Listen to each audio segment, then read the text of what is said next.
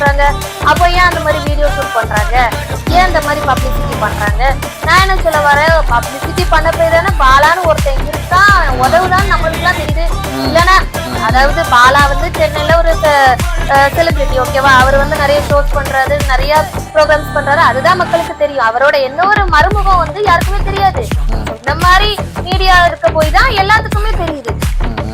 நான் என்ன சொல்ல வரேன், அரசாங்கம் பொதுவா எல்லா கட்சியுமே சொல்றேன், ஆட்சிக்கு வந்தா ஆட்சியில உள்ளவங்க மக்களுக்கு பண்றது வந்து விளம்பரம் பண்ணாம பண்றாங்களா?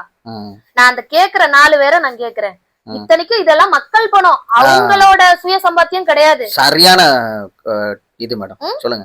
மக்கள் வரி பணத்துல இருந்து கலெக்ட் பண்ற பணத்துல நாட்டு மக்களுக்கு நல்லது பண்றாங்க. பொங்கலுக்கு, தீபாவளிக்கு அரிசி, மளிகை ஜாமான் அதெல்லாம் குடுக்குறாங்க. அந்த பையில எல்லாம் அவங்களோட படம் தான் போட்டிருக்காங்க. அப்போ மக்களோட வரி பணத்துல இருந்து